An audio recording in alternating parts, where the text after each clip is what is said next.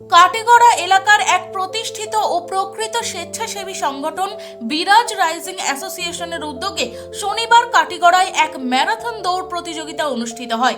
যুব সমাজকে শারীরিকভাবে সক্ষম করে তোলা এবং দেশ সেবার প্রতি আগ্রহী করে তুলতেই এই উদ্যোগ নেওয়া হয়েছে বলে আয়োজকরা জানান। উল্লেখযোগ্য যে বিরাজ রাইজিং অ্যাসোসিয়েশনের হাত ধরে এ পর্যন্ত কাটিগড়ার ৩৫ জন যুবক যুবতী কেন্দ্র ও অসম সরকারের বিভিন্ন সামরিক ও আধা সামরিক বাহিনীতে চাকরি পেয়ে দেশের বিভিন্ন প্রান্তে কর্মরত রয়েছেন। সংগঠনের এই সাফল্যের নেপথ্যে রয়েছেন প্রাক্তন জেলা পরিষদ সদস্য বিশ্বজিৎ মালাকারের পুত্র বিরাজ মালাকারের অক্লান্ত প্রচেষ্টা।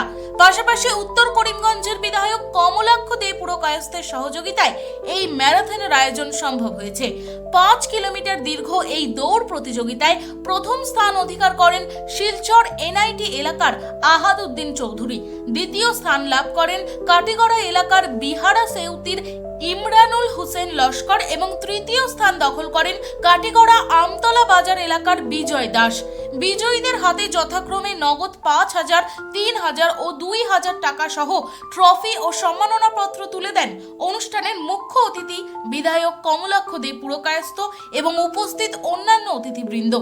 অনুষ্ঠানে বক্তারা বলেন, খেলাধুলা ও শারীরিক সক্ষমতার মধ্য দিয়েই যুব সমাজকে সুশৃঙ্খল ও দেশপ্রেমে উদ্বুদ্ধ করা সম্ভব।